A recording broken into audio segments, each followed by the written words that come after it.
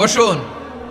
আমার প্রিয় বীর চট্টলার তৌহিদি মুসলমান, আমরা আর নতুন করে কেউ জালিম হোক এটা চাই না, নতুন করে আবার কেউ ফ্যাসিস্ট হোক আমরা চাই না, এক দল আরেক দলকে নিশ্চিহ্ন করার রাজনীতি করুক আমরা চাই না।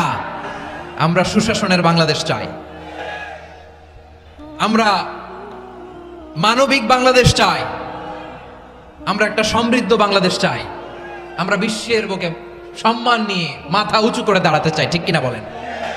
আল্লাহ বললেন, এটা যদি তোমরা চাও, একটা সমৃদ্ধ সমাজ যদি বিনির্মাণ করতে চাও, মানবিক সমাজ যদি বিনির্মাণ করতে চাও, আমি তোমাদেরকে সেজন্য প্রথমে আদালতের নির্দেশ দিলাম। ইন্নাল্লাহা ইয়া'মুরু বিল আদল, নিশ্চয় আল্লাহ তাআলা তোমাদেরকে ন্যায় বিচার সুশাসন এটার আদেশ দেন। সুবহানাল্লাহ। আদাল, ন্যায় বিচারের আদেশ আল্লাহ তাআলা কোরআনের বিভিন্ন আয়াতে দিয়েছেন। আল্লাহ তাআলা বলছেন, ইন্নাল্লাহা يأمركم أن تؤدوا الأمانات إلى أهلها وإذا حكمتم بين الناس أن تحكموا بالعدل إن الله نعم ما يعظكم به إن الله كان سميعا بصيرا। আল্লাহ তাআলা বললেন, আল্লাহ আদেশ দিচ্ছেন, যে ব্যক্তি আমানতের হকদার তার হাতে তোমরা আমানত পৌঁছে দাও, আর যখন তোমরা বিচার কার্য করবে, বিচার ফয়সালা করবে, আদালতের সাথে করো। সুবহানাল্লাহ বলেন। ওয়াইদা হাকামতুম বাইনান নাসি আন তাহকুমু বিল আদল, আদালতের সাথে করবা। আল্লাহ তাআলা বলেন, যারা জাজ হবে, বিচারক হবে, তাদের যদি বাদী বিবাদীর কারোর সাথে শত্রুতা থাকে, কারোর সাথে যদি কোনো ধরনের রেশারেশি থাকে, আল্লাহ বলেন বিচার কার্য করতে যে ওই শত্রুতা রেশারেশির কারণে আদালতের বাইরে যে অবিচার করে বিচার করো না। ওয়ালা ইয়াজরিমান্নাকুম শানাআনু কওমিন আলা আল্লা তা'দিলু ই'দিলু হুয়া আকরাবু লিত্তাকওয়া ওয়াত্তাকুল্লাহা ইন্নাল্লাহা খাবীরুম বিমা তা'মালুন। খবরদার, কোন জাতির প্রতি, কোন গোষ্ঠীর প্রতি, কোন গোত্রের প্রতি আক্রোশ যেন তোমাদেরকে ন্যায় বিচার থেকে দূরে সরিয়ে না দেয়, বরং আমি আল্লাহর আদেশ হলো ই'দিলু, তোমরা আদল করো, ন্যায় বিচার করো, সুবিচার করো, সুশাসন প্রতিষ্ঠা করো, হুয়া আকরাবু লিত্তাকওয়া, এটাই তাকওয়ার সবচেয়ে কাছাকাছি। সুবহানাল্লাহ বলেন। কোরআনের বিভিন্ন আয়াতে আল্লাহ তাআলা স্পেসিফিকলি ধরে ধরে বিচার করার সময় আমরা যেন আদাল করি সেটা বলেছেন। কোরআনের কোন কোন জায়গায় আল্লাহ তাআলা এই আল আদল শব্দটা ব্যবহার করেছেন, আবার একই জিনিস ইনসাফ, সুবিচার, সুশাসন, ন্যায় বিচার, ন্যায় পরায়ণতা বুঝাতে আল্লাহ তাআলা কখনো কখনো আল কিসত শব্দটা ব্যবহার করেছেন। আওয়াজ করে সবাই বলুন আল কিসত। প্রিয় ভাইরা, সবাই আওয়াজ করে আমার সাথে সাথে বলুন আল কিসত। আল্লাহ তাআলা বলেন, ওয়া ইন হাকামতা ফাহকুম বাইনাহুম বিল কিসতি ইন্নাল্লাহা ইউহিব্বুল মুকসিতিন। যখন তুমি বিচার করবে, বিশ্বনবীকে উদ্দেশ্য করে অ্যাড্রেস করে বললেন, নবী হে, ইহুদিরা কোনো বিষয়ে মীমাংসার জন্য যদি আপনার দরবারে আসে, যদি বিচার করতে হয়, খবরদার অবিচার করবেন না, ফয়সালা যেটা করবেন কিসতের সাথে করবেন, ন্যায় পরায়ণতার সাথে করবেন, কারণ ইন্নাল্লাহা ইউহিব্বুল মুকসিতিন, নিশ্চয় আল্লাহ রাব্বুল ইজ্জাত ন্যায় পরায়ণশীলদেরকে বড্ড ভালোবাসেন। সুবহানাল্লাহ বলেন। ন্যায় পরায়ণ লোকদেরকে আল্লাহ তাআলা বড্ড ভালোবাসেন। অন্য আয়াতে আল্লাহ তাআলা বলছেন, وَنَضَعُ الْمَوَازِينَ الْقِسْطَ لِيَوْمِ الْقِيَامَةِ فَلَا تُظْلَمُ نَفْسٌ شَيْئًا। আমি কিয়ামতের দিন ন্যায় পরায়ণতার মানদণ্ড স্থাপন করব, যেটাকে আমরা মিজানের পাল্লা বলি। আল্লাহ বলেন, ন্যায় বিচারের মানদণ্ড কিয়ামতের ময়দানে আমি আল্লাহ স্থাপন করব। সেদিন কারো প্রতি বিন্দু পরিমাণ, এক চুল পরিমাণ অবিচার করা হবে না, কোনো বিচার করা হবে না। সেদিন সুশাসন হবে, সুবিচার হবে, ন্যায় পরায়ণতার সাথে বিচার হবে। আওয়াজ করে পড়েন আল্লাহু আকবার। তাহলে প্রিয় ভাইরা, যে তিনটি বিষয়ে আল্লাহ তাআলা আমাদেরকে আদেশ দিয়েছেন, তার প্রথমটা হচ্ছে আদালত, ইনসাফ, সুবিচার, ন্যায় বিচার। এটা আমরা চাই কি চাই না? বিশ্বনবী ন্যায় বিচার, ন্যায় পরায়ণতা, সুশাসন প্রতিষ্ঠিত করেন কি করেন নাই? আপনারা বিশ্বনবীর সিরাত যারা পড়েছেন, আপনি দেখবেন বিশ্বনবীর সিরাতের পরতে পরতে বাকে বাকে, সিরাতের বাকে বাকে এই আদালতের নমুনা মেলে। সুবহানাল্লাহ বলেন। ছোট্ট একটা নমুনা রাসূল সাল্লাল্লাহু আলাইহি ওয়াসাল্লামের আসিরা আল আতরা থেকে ছোট্ট একটা নমুনা আপনাদের খেদমতে এখানে উপস্থাপন করি। বিশ্বনবী সাল্লাল্লাহু আলাইহি ওয়াসাল্লাম মক্কা বিজয় করলেন ৮ম হিজরিতে। মক্কা বিজয় শেষের দিনই কয়েক সপ্তাহ মক্কাতে অবস্থান করলেন। ইন দ্য মিন টাইম মক্কার একটা ভেরি প্রেস্টিজিয়াস এন্ড ডিগনিফাইড ফ্যামিলির নারী চুরিতে ধরা পড়ল। কিসে ধরা পড়ল? সবাই বলেন কিসে? আমাদের সমাজে আসেনি এটা? আছে? ছোট না বড়? হ্যাঁ, হিসাব করে শেষ করা যায় না। ৩.৫ লাখ কোটি টাকা নাই উন্নয়ন প্রকল্পের নামে। উন্নয়ন প্রকল্পের নামে ৩.৫ লাখ কোটি টাকা নাই। ৩.৫ লাখ কোটি টাকা লিখতে পারবেন আপনি? একটানা লিখতে পারবেন? বুঝতেছেন কত বড় সংখ্যা? হ্যাঁ, বনু মাখজুমিয়া গোত্রের এক নারী মক্কায় চুরিতে ধরা পড়ল। বলেন তো চুরি করলে বিধান কি? কি কাটতে হবে? চুরির বিধান হলো হাত কেটে দাও। তাও সেটা গোপনে নয়, প্রকাশ্যে জনসম্মুখে হাত কেটে দাও।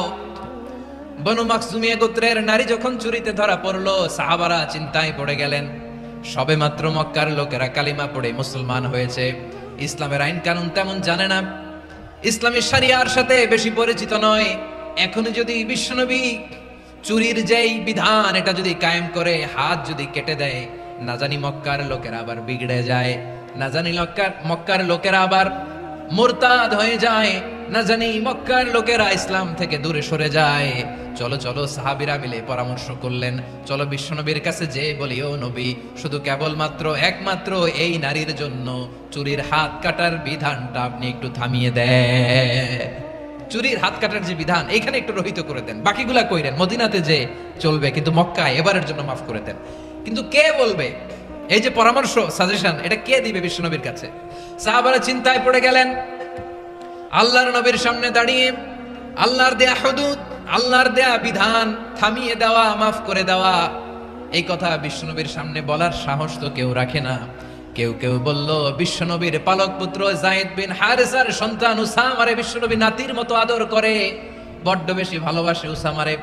এজন্য সাহাবারা উসামাকে বলতো হিব্বু রাসূলিল্লাহ, বিশ্বনবীর ভালোবাসা। কি বলতো? সাহাবীরা বললেন, বিশ্বনবীর ভালোবাসা হিব্বু রাসূলিল্লাহ, উসামারে পাঠাও।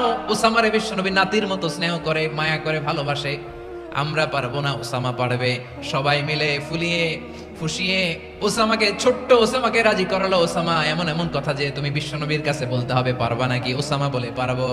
সাইয়েদনা উসামা রাদিয়াল্লাহু তাআলা আনহু তরুণ সাহাবী বিশ্বনবীর কাছে গেলেন, যে বললেন, নবী, বনু মাখজুমিয়া গোত্রের এক নারী চুরিতে ধরা পড়েছে, এবারের জন্য কি এই মহিলাটারে মাফ করে দিলে হয় না? এবারের জন্য একটু ক্ষমা করা যায় না নবী? বিশ্বনবী বলেন, আতাশফাউ ফি হাদ্দিম মিন হুদুদিল্লাহ, তোমার এত বড় সাহস উসামা, তুমি আল্লাহর হাদ, আল্লাহর দেয়া বিধান, এটার ব্যাপারে সুপারিশ করতে এসেছো?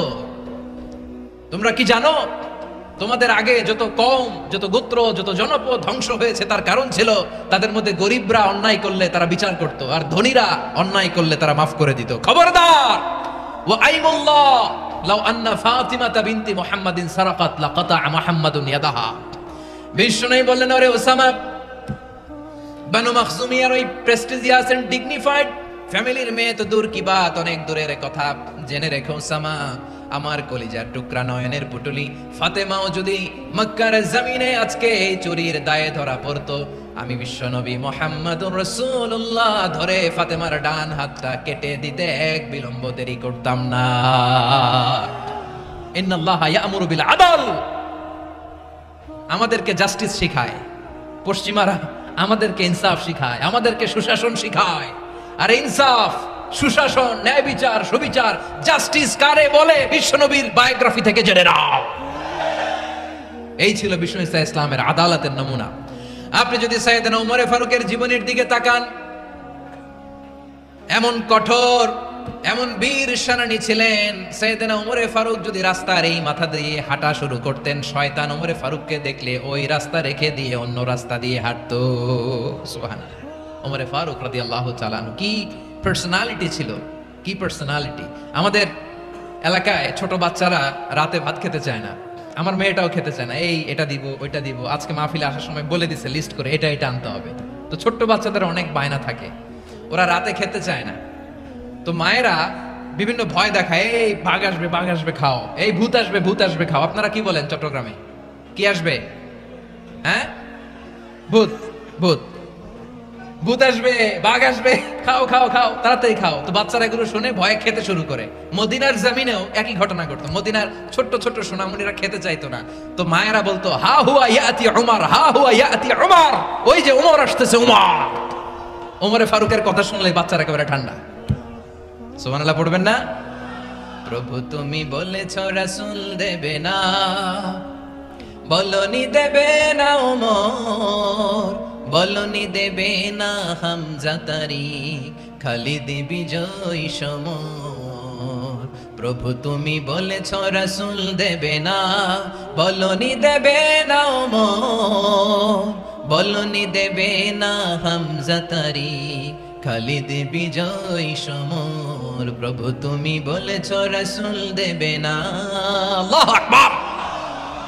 ওমর ফারুক রাদিয়াল্লাহু তাআলা আনহু, ওনার কথা শুনলে গায়ের মধ্যে গুজবাম হয়, গায়ের পশমগুলো দাঁড়িয়ে যায়। সুবহানাল্লাহ বলেন।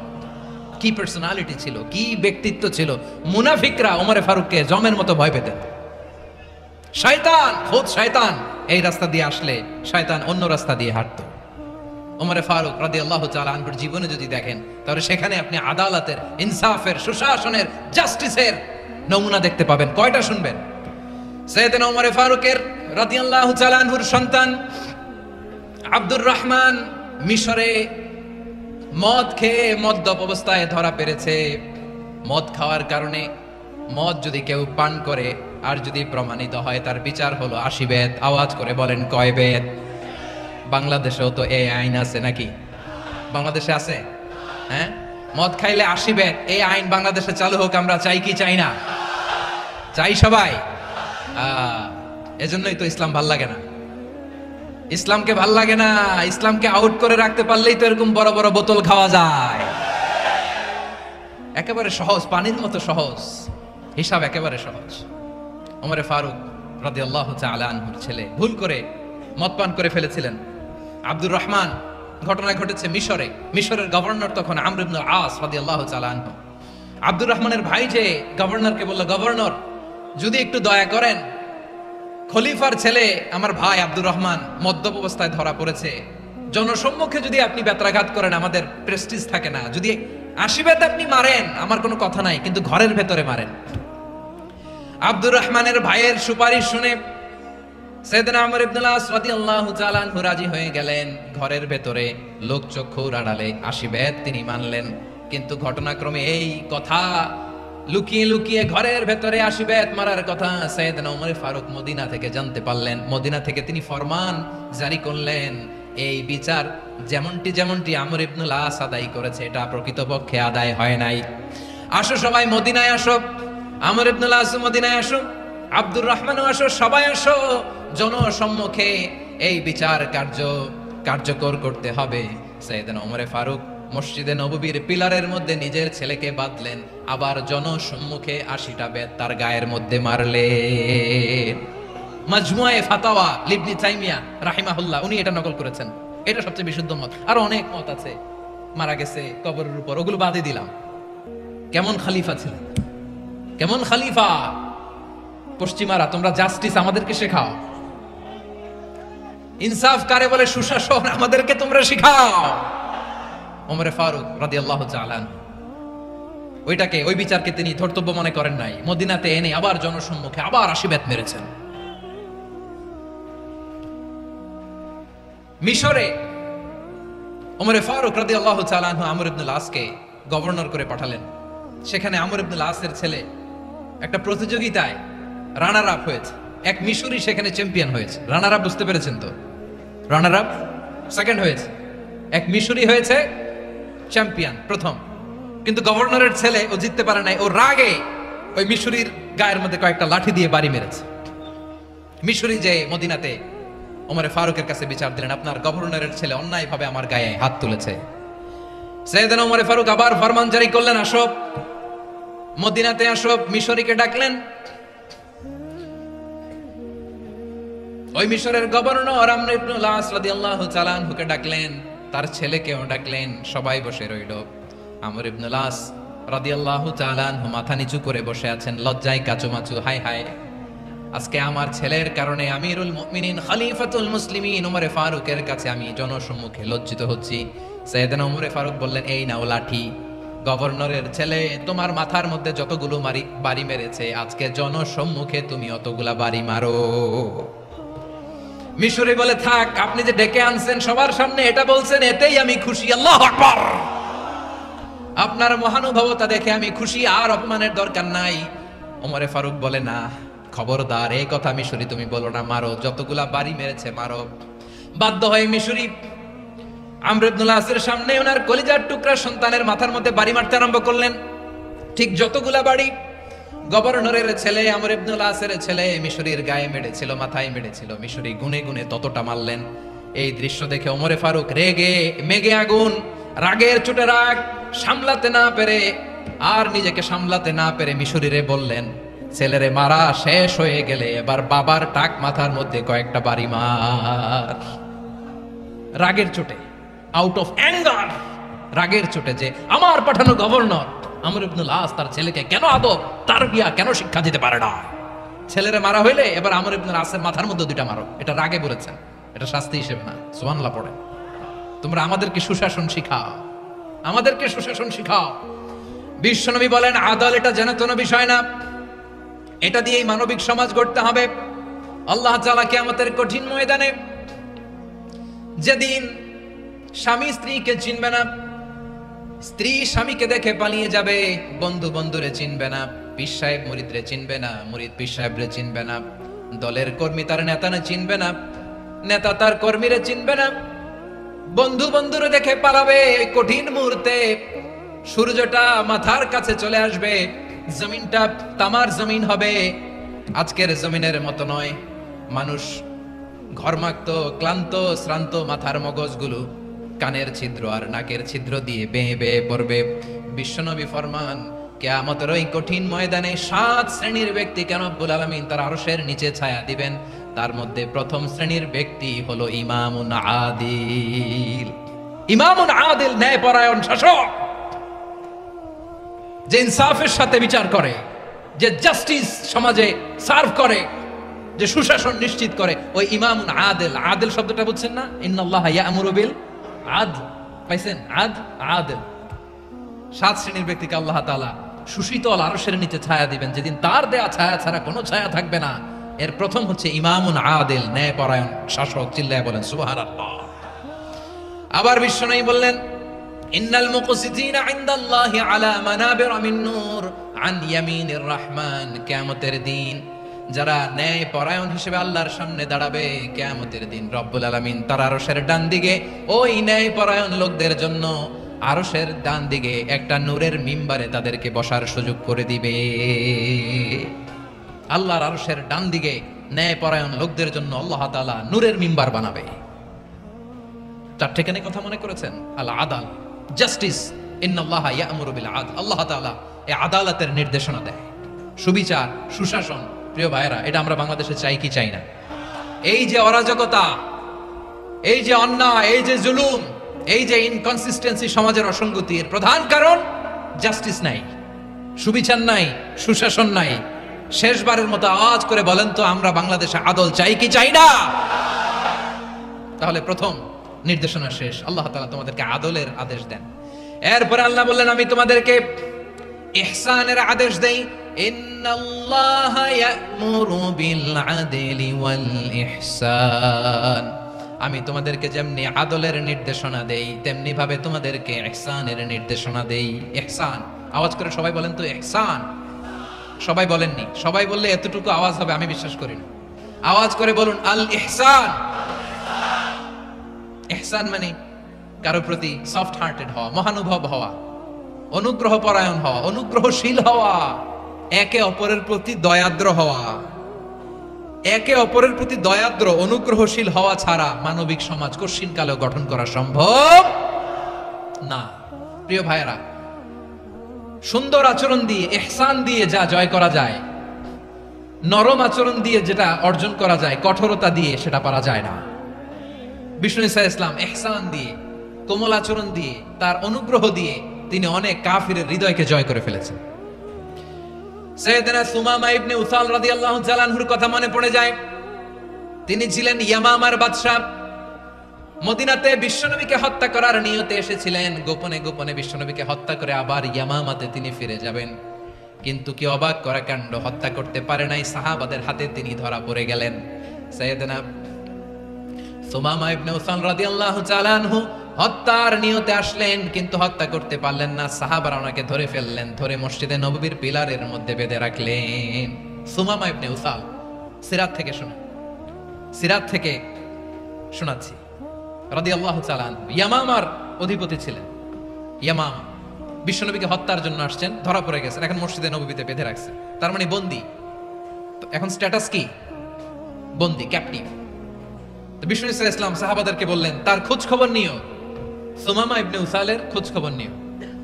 সাহাবারা বলেন ইয়া রাসূলুল্লাহ, আপনাকে হত্যা করতে এসেছে, তার তো কঠিন ক্যাপিটাল পানিশমেন্ট হওয়া দরকার, কঠিন শাস্তি হওয়া দরকার। বিশ্বনবী বললেন না, আমি যেটা জানি তোমরা সেটা জানো না, তোমরা সুমামার সাথে ভালো আচরণ করো। বিশ্বনবী সুমামার কাছে গেলেন। প্রথম দিন যে তিনি কালেমার দাওয়াত দিলেন, ঈমানের দাওয়াত দিলেন, ইসলামের দাওয়াত দিলেন, রিসালাতের দাওয়াত দিলেন, আখিরাতের দাওয়াত দিলেন। পরের দিন যে বিশ্বনবী সালাতের দাওয়াত দিলেন, যাকাতের দাওয়াত দিলেন, ইসলাম কি, কিভাবে, কেমন করে পালন করতে হয় চমৎকার আর্টিকুলেট করতে শুরু করলেন। তন্ময় হয়ে সুমামা ইবনে উসাল রাদিয়াল্লাহু তাআলা আনহু বিশ্বনবীর কথাগুলো শুনতে আরম্ভ করলো। একদিন নয়, 2 দিন নয়, টানা 3 দিন বিশ্বনবী সুমামার কাছে ইসলামকে প্রেজেন্ট করেছেন, উপস্থাপন করেছেন। আওয়াজ করে বলেন কয় দিন? 3 দিন। 3 দিন মসজিদে নববীতে বাঁধা। আর সাহাবীদেরকে বললেন তার খোঁজ খবর নিও, তোমরা যে রুটি বানাও এর মধ্যে সবচেয়ে ভালো আটার রুটিটা তারে দিও, সবচেয়ে রিফাইন্ড খেজুর যেটা পিওর খেজুর এটা তারে দিও।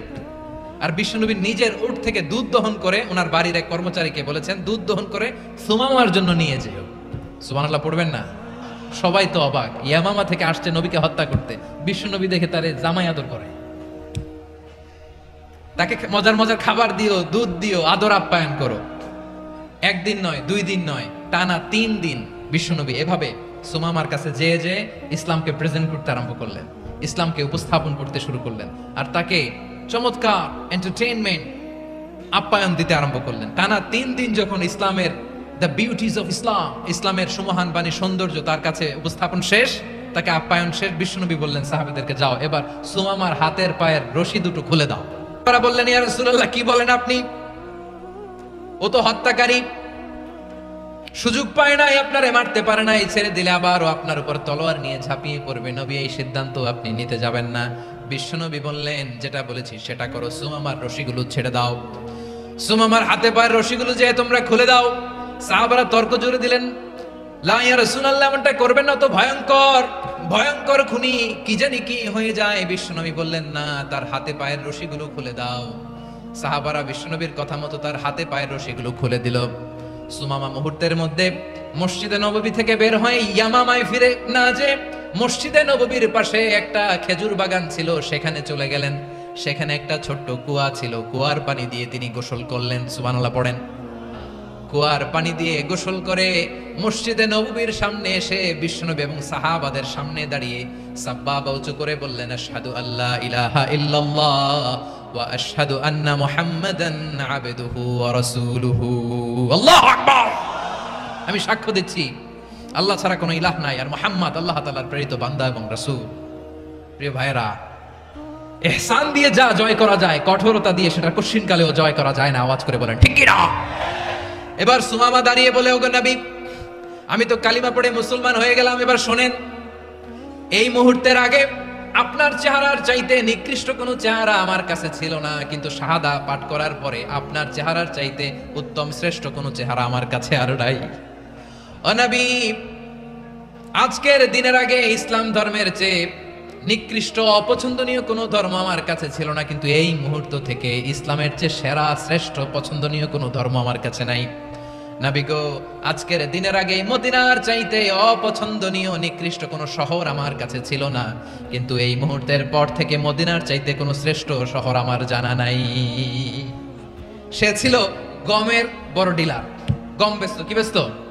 তার গম কিনে মক্কার লোকেরা রুটি খাইতো। সে ঘোষণা দিল, আজকে থেকে মক্কাবাসীদের জন্য সব গম আমি হারাম করে দিলাম, মক্কাবাসী এখন না খেয়ে মরে। সুবহানাল্লাহ পড়বেন না? মক্কাবাসী বিশ্বনবীর কাছে আসলেন, এসে বললেন, মুহাম্মদ, আমরা তো তোমার ভাই, তোমার চাচা, তোমার ভাতিজা, তোমার আত্মীয়, তুমি সুমামারে বলো সে যেন আবার গমের সাপ্লাই মক্কার জন্য অনুমতি দিয়ে দেয়। বিশ্বনবীর অনুমতি ক্রমে সুমামা আবার মক্কাতে গম পাঠাতে শুরু করলো। পড়েন সুবহানাল্লাহ। ইহসান, ইহসান দিয়ে আপনি যেটা জয় করতে পারবেন, you can win the heart of your enemies. ইহসান দিয়ে আপনি আপনার শত্রুর হৃদয়কে জয় করতে পারবেন। আওয়াজ করে বলেন ঠিক কিনা?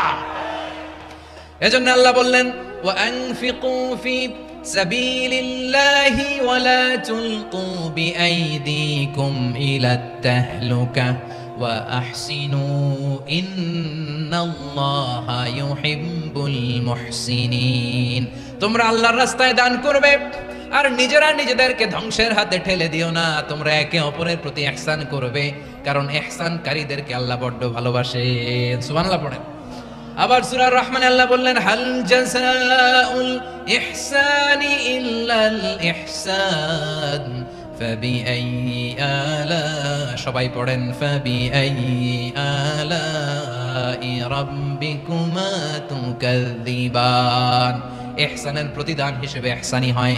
বিশ্বনবী সুমামার প্রতি যেমন ইহসান করেছেন, সুমামাও ঠিক তেমন ইহসান ফিরিয়ে দিয়েছে। ঠিক কিনা বলেন?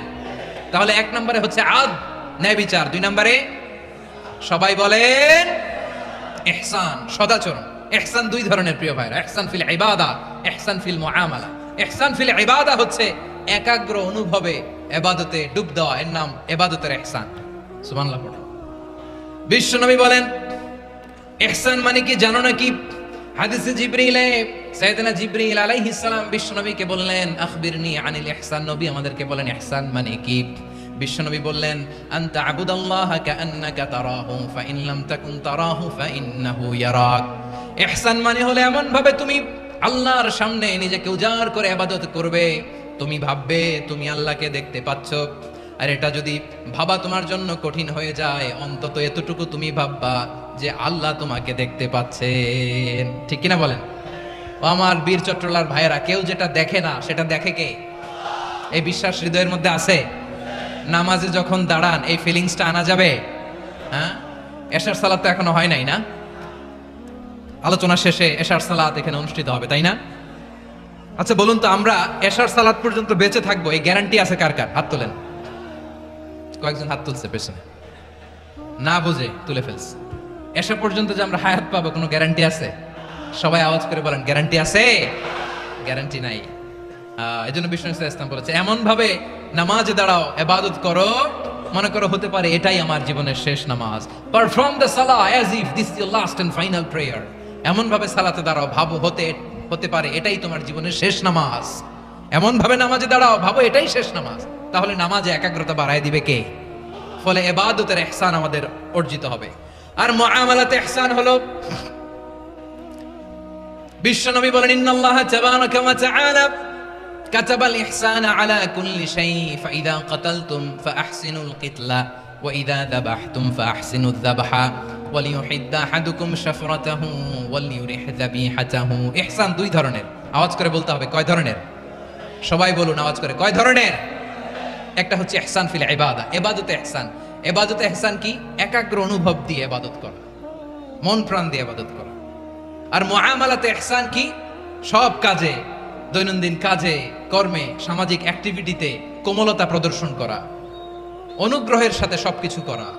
আল্লাহ তাআলা ইন্নাল্লাহা তাবারাকা ওয়া তাআলা কাতাবাল ইহসানা আলা কুল্লি শাই, তিনি সবকিছুর ব্যাপারে ইহসানকে আবশ্যক করেছেন। সবকিছুতে মুমিনের সব কাজে ইহসানের পরশ থাকবে। ওয়া ইযা কাতালতুম ফাহসিনুল কিতলা, বিষ্ণু বলেন তুমি যখন কাউকে হত্যা করো ইহসানের সাথে করো। সুবহানাল্লাহ পড়বেন না? যখন হত্যা করো তখনও ইহসানের সাথে। আচ্ছা হত্যা করবো আবার ইহসান আসবে করতে করে, তো মেরেই ফেলবো আমি। আল্লাহ, ও ভাই একজন খুন করেছে, খুনি, রাষ্ট্রীয় আইনে তার শাস্তি হয়েছে ডেথ পেনাল্টি, মৃত্যুদণ্ড। এখন মৃত্যুদণ্ড দেখে আপনি যেমনি মন চায় তেমনি মারবেন লোকটারে? ওর নাক কেটে ফেলতে পারবেন? ওর কান কাটতে পারবেন? ওর চোখ উপড়ে ফেলতে পারবেন আপনি? যেমন মন চায় তার অঙ্গহানি করা যাবে না। ইহসানের সাথে তাকে হত্যা করো। সুবহানাল্লাহ, this is Islam. This is the true essence of Islam. ওয়া ইযা যাবাহতুম ফাহসিনু যাবহা, যখন জবাই করবে তখনও ইহসানের সাথে জবাই করো। করব জবাই, ওইখানেও নাকি ইহসান। আচ্ছা, কুরবানির দিন আমরা পশুগুলোরে কি করি বলেন সবাই আওয়াজ করে? জবাই। জবাই মানে তো এটারে মেরেই ফেলতেছি, একটু পরে তো টুকরো টুকরো করে গোশতগুলো খাবো, এটা তো খাবো, এটা তো মেরেই ফেলবে। বিষ্ণু বলে না, জবাইয়ের মধ্যেও মুমিনের জবাইয়ের ভেতরেও ইহসানের পরশ থাকা চাই। যখন জবাই করবে প্রাণীটাকে হাত পা টাইট করে বেঁধে নাও, ছুরিটাকে শার্পেন করে নাও, ধারালো করে নাও, যাতে অল্প সময়ে জবাইটা হয়ে যায়, প্রাণীটা যাতে কম কষ্ট পায়। সুবহানাল্লাহ পড়ে। দিস ইজ কল্ড ইহসান। ইহসান আল্লাহ তাআলা যেমনি আদলের আদেশ করেছেন, ন্যায় বিচার জাস্টিস এনশিওর করতে বলেছেন, সমাজে ইহসানের ব্যবহার, ইহসানের অনুশীলন তিনি করতে বলেছেন। এজন্য মুমিনের প্রতিটি কাজে, আমার চট্টগ্রামের ভাইরা আমার দিকে তাকান, খেয়াল করে শুনুন, মুমিন জীবনের প্রতিটি কাজে ইহসানের পরশ থাকা চাই। আমরা যেন আমাদের পরিবারের প্রতি ইহসান করি, আমরা যেন আমাদের কর্মচারীদের প্রতি ইহসান করি, আমরা যেন আমাদের কলিগদের প্রতি ইহসান করি, আমরা যেন আমাদের ভাইদের প্রতি ইহসান করি। মুমিন জীবনের প্রতি কাজে ইহসানের পরশ থাকার দরকার আছে না নাই? কথা বুঝতে পেরেছেন? তাহলে আল্লাহ তাআলার তিনটা আদেশ ছিল, কয়টা গেল? ভুলে গেছে, ভুলে গেছে চট্টগ্রাম। তিনটা আদেশের মধ্যে কয়টা বললাম? প্রথমে কি ছিল? আদল। 2 নম্বরে, 3 নম্বরে রব্বুল আলামিন বললেন ওয়া ইতাইদিল কুরবা, নিকটাত্মীয়দেরকে দান করো। নিকটাত্মীয়দেরকে দাও, যারা তোমাদের ব্লাড কানেকশনের আত্মীয় তাদেরকে তোমরা দাও। এখানে জেনারেলি বললেন দাও, কি দিব সেটা তিনি এখানে বলেন নাই, সেটা তিনি সূরাতুল ইসরার মধ্যে বলেছেন। আল্লাহ বলেন ওয়া আতিযাল কুরবা হাক্কা, নিকটাত্মীয়দেরকে তাদের অধিকার, তাদের প্রাপ্য তোমরা বুঝিয়ে দাও। দেখেন, একটা শান্তির সমাজ, একটা সমৃদ্ধ সমাজ, একটা মানবিক সমাজ গঠনের জন্য আল্লাহ তাআলা বেশি না, মাত্র 3টা অর্ডার, 3টা ভার্ডিক্ট তিনি জারি করেছেন। 1 নাম্বার সুশাসন, ন্যায় বিচার। 2 নাম্বার ইহসান। 3 নাম্বার নিকটাত্মীয়, যারা কাছের, তোমার ভেরি ক্লোজ রিলেশনশিপে আছে, তাদেরকে দাও। দাও, দিলে বাড়িয়ে দেয় কে? অনেকে দিতে চায় না, কৃপণতা করে। দিলে বাড়ায় দেয় কে?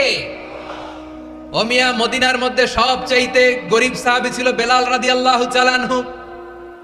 ওনার এন্টায়ার অ্যাসেট, সম্পদের পরিমাণ কতদূর জানেন? একটা লুঙ্গি। বেলাল রাদিয়াল্লাহু তাআলা আনহু, ওনার টোটাল ওয়েলথের এস্টিমেশন হচ্ছে মাত্র একটা লুঙ্গি। একটা লুঙ্গি, টোটাল ওয়েলথ এস্টিমেশন, টোটাল সম্পদের পরিমাণ বেলাল রাদিয়াল্লাহু তাআলা আনহুর কি ছিল? কথা বুঝে নাই বোধহয়। কি ছিল? ওই বেলাল রাদিয়াল্লাহু তাআলা আনহুকে বিষ্ণু ইসলাম বলেছেন, আনফিক ইয়া বেলাল, ও বেলাল তুমিও দাও। ওয়ালা তাখশা মিন যিল আরশি ইখলালা, আরশের অধিপতির তো কোনো ঘাটতি নাই, তুমি দিলে ওই আল্লাহ তোমারে বাড়ায় দিবে। এজন্য আমার প্রিয় ভাইয়েরা, দিলে কমে না, দিলে বাড়ে। অনেকে ধরে রাখে, নতুন কিছু নিতে পারে না, হাত দিয়ে যেটা ধরে রেখেছেন এটা দিয়ে দেন, বড় একটা ধরার সুযোগ পাবেন। জোরে বলেন ঠিক কিনা? ধরেন 5 কেজি ওজনের একটা ধরে রাখছেন, এখন 10, এটা না ছাড়লে 10 কেজি ধরতে পারবেন আপনি? আচ্ছা, 10 কেজির জিনিস একটা আছে হাতে, ওইটা যদি ছেড়ে দেন তাইলে না 15 কেজি ধরতে পারবেন? কথা বলেন ঠিক কিনা? তাহলে দিলে বাড়িয়ে দেয় কে? রব্বুল আলামিন বললেন 3 নাম্বার আদেশ হলো তোমাদের প্রতি সমাজটারে কেমন করে মানবিক সমাজ, সুন্দর সমাজ গড়বা। 3 নাম্বার আদেশ হলো ওয়া আতিদাল কুরবা হাক্কা, নিকটাত্মীয়দেরকে তাদের প্রাপ্য বুঝিয়ে দাও। এই নিকটাত্মীয়দেরকে তাদের অধিকার বুঝিয়ে দেওয়া, প্রাপ্য বুঝিয়ে দেওয়াতে আমাদের গাফলতি আছে না নাই? চট্টগ্রামে নাই? মাশাআল্লাহ আছে, আছে। অনেকে দেখবেন অনেক আল্লাহওয়ালা, তাহাজ্জুদ গুজার, সেজদা দিতে দিতে কপালে কালো দাগ ফেলে দিছে, সে তার বোনের হকটা আদায় করে নাই। আছে না নাই? হ্যাঁ, এখানেও আছে। সর্বনাশ। অনেক বড় হাজী সাহেব, বিশাল লম্বা দাড়ি, ছেলেরে সব দিয়ে দিছে, মেয়েরে কিছু দেয় নাই, মেয়ের হক আদায় করে নাই। আছে না নাই? এই হাজী সাহেবেরা, এই আল্লাহওয়ালারা কিয়ামতের ময়দানে আটকে যাবে। আপনি অন্যের অধিকার নষ্ট করেছেন, তাদের রাইটস কে ভায়োলেট করেছেন। এজন্য আল্লাহ তাআলা বলেন, কারো অধিকার যদি কেউ নষ্ট করে, ওই সমাজটা মানবিক সমাজ কঠিনকালেও হতে পারে না। এজন্য 3 নম্বর আল্লাহ বললেন ওয়া ইতাইদিল কুরবা, নিকটাত্মীয়দেরকে দাও। কি দিবা? তাদের অধিকার দিয়ে দাও। বোনের অধিকারে বুঝিয়ে দাও, মেয়ের অধিকারে বুঝিয়ে দাও, ফুফুর অধিকারে বুঝিয়ে দাও। দেখবেন অনেক মায়েরা ছেলের পাতে মুরগির রান দেয়, মেয়ের পাতে দেয় মুরগির ঠ্যাং। এরকম আছে না নাই? ছেলেরা কি দেয় মুরগির, মেয়ের পাতে কি দেয়? তো মেয়ের কি মুরগির রান খেতে মনে চায় না? মনে চায় না?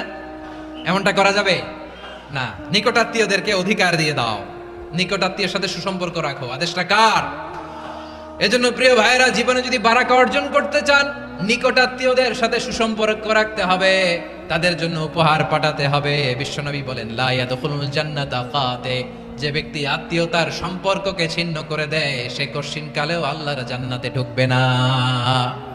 আপনি কি এটারে সহজ হাদিস মনে করছেন? এটা সহজ কথা? আপনি ভাবছেন আপনার নামাজ আপনারে বাঁচাতে পারবে, আপনার রোজা বাঁচাতে পারবে, আপনার তাহাজ্জুদ আপনারে বাঁচাতে পারবে? অধিকার নষ্ট করলে কিছুই আপনারে বাঁচাতে পারবে। এজন্য নিকট আত্মীয়দেরকে দিতে হবে বেশি বেশি। বিশ্বনবী বলেন, ইন্না সাদাকাতা আলাল মিসকিনি সাদাকা ওয়া আলা যির রাহিমি ইসনাতান সাদাকাতুন ওয়া সিলা। মিসকিনরে দান করলে শুধু দানের সওয়াব হয়, নিকট আত্মীয়কে দান করলে দুইটার সওয়াব হয়, সাদাকার সওয়াব হয়, আবার আত্মীয়তার বন্ধন অটুট রাখার সওয়াব হয়ে যায়। আবার বিশ্বনবী বললেন, মান সাররাহু আইয়ুবসাতা লাহু ফি রিজকিহি ওয়া ইউনসা লাহু ফি আসারিহি ফালইয়াসিল রাহিমা। যে ব্যক্তি তার রিজিকের প্রশস্ততা চায় আর হায়াতে বরকত চায়, সে যেন তার আত্মীয়ের সাথে সুসম্পর্ক রাখে। আমার প্রিয় চট্টলার ভাইয়েরা, আমাদের রিজিক বাড়ুক, এটা আমরা চাই কি চাই না? সবাই চান? হ্যাঁ, আমাদের রিজিকে প্রশস্ততা আসুক, চাই কি চাই না? আমাদের হায়াতে বরকত আসুক, আমরা চাই কি চাই না? এই দুইটা যদি চান, তাহলে নিকটাত্মীয়দের সাথে সুসম্পর্ক রাখবেন, পারবেন? তাহলে সমাজটারে মানবিক সমাজ বানায় দিবে কে? তিনটা আদেশ চলে গেল। কয়টা? আওয়াজ করে বলেন। 1 নম্বরে কি ছিল? 2 নম্বরে, 3 নম্বরে নিকটাত্মীয়দেরকে দান। আপনাদেরকে আরো শোনার আগ্রহ আছে? আপনাদের মনোযোগ আছে না গেছে? কষ্ট হচ্ছে না? মাশাআল্লাহ, মাশাআল্লাহ। তাকবীর পড়ুন, লিল্লাহি তাকবীর।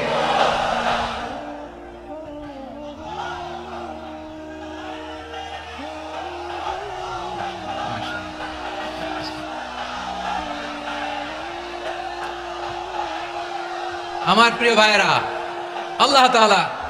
আল্লাহ তাআলা তিনটা জিনিসের যেমনি আদেশ করেছেন, অনুরূপভাবে তিনটা বিষয় তিনি বারণ করেছেন, নিষেধ করেছেন। ওগুলোর কাছেও যাওয়া যাবে। শুনবেন। রাব্বুল আলামিন বলেন, ওয়ায়ানহা আনিল ফাহশাই ওয়াল মুনকারি ওয়াল বাগি। আমি যেমনি তিনটি বিষয়ে আদেশ করলাম, অনুরূপভাবে তিনটি বিষয়ে বারণ করলাম, নিষেধ করলাম। আমার 1 নাম্বার নিষেধাজ্ঞা হলো অশ্লীলতার প্রতি। ফাহশা, ওয়ায়ানহা আনিল ফাহশা। আল্লাহ তাআলা অশ্লীলতাকে নিষেধ করেছেন। কোন জিনিসকে? সবাই বলুন, কোন জিনিসকে? যত ধরনের, যত টাইপের, যত ক্যাটাগরির অশ্লীলতা হতে পারে, সব অশ্লীলতাকে হারাম করেছেন কে? ফাহশা মানে কি? কথায়, কাজে, আচরণে, কমেন্ট, ফেসবুকের কমেন্টসে যত ধরনের নোংরামো আছে, যত ধরনের অশ্লীলতা আছে, এটাকে আরবিতে বলে ফাহশা। এটাকে কি বলে? রাব্বুল আলামিন বলেন, কুল ইন্নামা হারামা রাব্বিয়াল ফাওয়াহিশা মা যাহারা মিনহা ওয়া মা বাতান। ও নবী, আপনি বলে দেন, আমার রব প্রকাশ্য, অপ্রকাশ্য, স্পষ্ট কিংবা অস্পষ্ট, দৃশ্যমান কিংবা অদৃশ্যমান সব অশ্লীলতাকে হারাম করেছেন। সব ধরনের অশ্লীলতা হারাম, সব ধরনের। আল্লাহ তাআলা আমাদেরকে অশ্লীলতা থেকে বাঁচায়, অশ্লীলতা থেকে তিনি আমাদেরকে হেফাজত করুক। পড়েন আমিন। এবার বলেন, আমাদের সমাজে অশ্লীলতা আছে না নাই? চট্টগ্রামে নাই? আমি কই নাই, ওনারা বলে আছে। দেখছেন, আমি সামহাও বাঁচায় দেওয়ার ট্রাই করতেছি, ওনারা বলে আছে। অশ্লীলতা নানা ভাবে, নানা নামে, নানা মোড়কে আমাদের সমাজে আছে না নাই? সংস্কৃতির নামে, ফ্যাশনের নামে, বিনোদনের নামে, উপন্যাসের নামে, কনসার্টের নামে অশ্লীলতা আছে না নাই? আপনি দেখেছেন কনসার্টগুলোর অবস্থা? এই যে আতিফ আসলাম যে আসছে আমাদের দেশে, তারপর কে কে আসছে, আমাদের তরুণ তরুণীরা, আমাদের যুবক যুবতীরা, আমাদের জেনজিরা, কি অবস্থা ওইখানে? হ্যাঁ, কি অবস্থা? কে বাঁচাবে ওদের? কে রক্ষা করবে ওদের ইমানের, ওদের চরিত্রের হেফাজতের গ্যারান্টি কে দিবে? কনসার্টের নামে অশ্লীলতা আছে না নাই? ছেলে মেয়ে একে অপরকে জড়ায় ধরতেছে, একে অপরকে চুমো খাচ্ছে প্রকাশ্যে, দিবালোকে, গণমানুষের সামনে। আল্লাহ তাআলা এই অশ্লীলতা থেকে আমাদেরকে বেঁচে থাকতে বলেছেন, বেঁচে থাকতে বলেছেন। রূপালী জগতের নামে অশ্লীলতা আছে না নাই? এই টার্মটা আপনারা জানেন না? রূপালী জগৎ কি জগৎ? আসলে কি রূপালী জগৎ না অন্ধকার জগৎ? আমার বোনেরা, আপনাদেরকে যে কি বলে তারা বুঝায়, রূপালী জগৎ শুনেই আপনি ভরকে যাবেন না। রূপালী জগতে যে নারী যত বেশি উলঙ্গ সে নাকি তত বেশি সাহসী। জানেন, বলে এটা একটা সাহসী নারী, খুব সাহসী পদক্ষেপ তার। যত বেশি শরীর থেকে কাপড় নামাতে পারবে, যত বেশি বস্ত্রহীন হয়ে নিজেকে প্রেজেন্ট করতে পারবে, সে নাকি তত বেশি সাহসী। আমার চট্টলার ভাইয়েরা, শয়তানের প্রথমে এজেন্ডা ছিল বনি আদমকে বস্ত্রহীন করা। সে আদম এবং হাওয়া আলাইহিস সালামকে নিষিদ্ধ গাছের ফল খাইয়ে তাদেরকে বস্ত্রহীন করেছে। এই জামিনেও সে আমাদেরকে বস্ত্রহীন করতে চাইবে। এই রূপালী জগতের নামে তারা এটা করে। আমার প্রিয় বোনেরা, আপনি জানেন না আপনার দাম কত। ওরা আপনাদেরকে বিজ্ঞাপনের সস্তা পণ্য বানাতে চায়। ওরা আপনাদেরকে ওদের ভোগের লিপসার টুলস বানাতে চায়। ওরা আপনাদেরকে দিয়ে ওদের খায়েশ পূরণ করতে চায়। এটা আপনাদের জন্য মোটেও ডিগনিটি নয়, এটা আপনাদের জন্য সম্মান নয়। আপনার সম্মান শালীনতায়, আপনার সম্মান হেজাবে, আপনার সম্মান ভদ্রতায়, আপনার সম্মান আপনার ডিসেন্ট পোশাকে। পোশাক বলে দেয় এই নারীটা ভদ্র না অভদ্র। পোশাক বলে দেয় এই মেয়েটা কোন ঘরের মেয়ে। আওয়াজ করে বলেন ঠিক কিনা? আপনি জানেন না আপনারা সস্তা পণ্য বানায়, ভোগের পণ্য, বিলবোর্ডে আপনাকে উলঙ্গ করে উপস্থাপন করে। এই অশ্লীলতার সাথে ইসলামের কোনো সম্পর্ক। এজন্য আল্লাহ বলেন, আমি অশ্লীলতাকে হারাম করেছি। অশ্লীলতাকে হারাম করার প্রথম কারণ হলো এর মাধ্যমে মানবতাকে অপমানিত করা হয়। কারণ মানুষের সম্মান মানুষের পোশাকে। মানুষ যখন পোশাকহীন হয়ে যায়, বস্ত্রহীন হয়ে যায়, তার সম্মান কমে যায়, ঠিক কিনা? অশ্লীলতাকে হারাম করার প্রথম কারণ হচ্ছে মানুষ মানুষকে অপমান করে। একটা নারী, সে তো সম্মানিত। নারী যে কত সম্মানিত, নারীরা এটা বুঝেই নাই। বিশ্বনবী বলেন, আর দুনিয়া কুল্লুহা মাতা ওয়া খায়রু মাতা'আদ দুনিয়াল মারআতুস সালিহা। আমার বোনেরা, 5টা প্যান্ডেলে আপনারা এলইডিতে আমার আলোচনা শুনছেন, আমি জানি। আপনাদের এই গর্ভ যে কত দামি আপনি জানেন না। আপনার পেট থেকেই আসবে আগামী দিনের সালাহুদ্দিন আল আইয়ুবী। আপনার পেট থেকেই আসবে অনাগত দিনের ইমাম মাহদী আল মুনতাযর। আপনার পেট থেকেই আসবে অনাগত দিনের ফয়সাল, ওয়াসিম, মুগ্ধ, আবু সাইদের মতো বীর যোদ্ধা।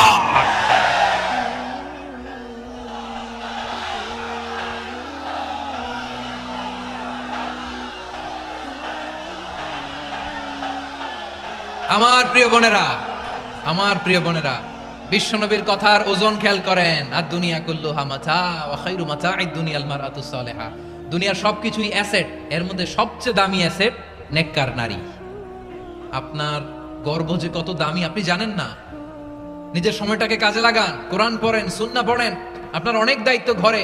You are the MD of your family. একটা family it's a very big institution. পরিবার একটা অনেক বড় প্রতিষ্ঠান। and you are the MD of your institution. আপনি এই পরিবারের MD, managing director of your family. এখানে আপনার কত দায়িত্ব। আপনি ছেলে মেয়েদেরকে তারবিয়া করবেন। আপনি আপনার স্বামীর জন্য ঘরটারে জান্নাতের নীর বানাবেন। আপনার জন্য জান্নাতের ডুপ্লেক্স বাড়ি ওইখানে তৈরি করে রাখবে কে? আপনি যে কত দামি আপনি জানেন না। নারীদেরকে আল্লাহ বানিয়েছেন উচ্চতর করে, নিম্নতর নয়। নারীদেরকে ছোট্ট জিনিস দিলে এটার বড় করে দেয়। নারীদেরকে ভ্রূণ দিলে, শুক্রাণু দিলে নারী এটারে বাচ্চা হিসেবে উপহার দেয়, ঠিক কিনা? বিয়ের মাধ্যমে স্বামী যখন তার শুক্রাণু তার স্ত্রীকে উপহার দেয়, স্ত্রী রিটার্নে কি উপহার দেয়? ফুল ফর্ম বেবি, মানব সন্তান। দেখছেন, আপনি দিলেন একটু, উনি দিছে বিশাল। আপনি যদি নারীকে বাজার এনে দেন, নারী এটাকে সুস্বাদু খাবারে রূপান্তর করে দেয়। আপনি তাকে একটা মুচকি হাসি দিয়ে দেন, সে তার কলিজা দিয়ে দেয়। কিন্তু যদি আপনি তার মনে কষ্ট দেন, সে আপনার জীবনকে জাহান্নাম বানায়া দেয়। খবর আছে, নারীর মন বুঝতে পারলে নেয়ামত, বুঝতে না পারলে কিয়ামত, ঠিক কিনা বলেন? আমার প্রিয় বোনেরা, আপনি যে কত দামি আপনি জানেন না। জানেন না আপনি কত দামি, অনেক দামি আপনি। আপনাদেরকে যেন ভোগের সস্তা পণ্য বানাতে না পারে, আপনাদেরকে সচেতন থাকতে হবে, সজাগ থাকতে হবে। কনসার্ন থাকতে হবে, শয়তানের ওই হাতছানির দিকে আর নজর দেওয়া যাবে না। আল্লাহ তাআলা আমাদের সবাইকে কথাগুলো বোঝার ও আমল করার তৌফিক দান করুক।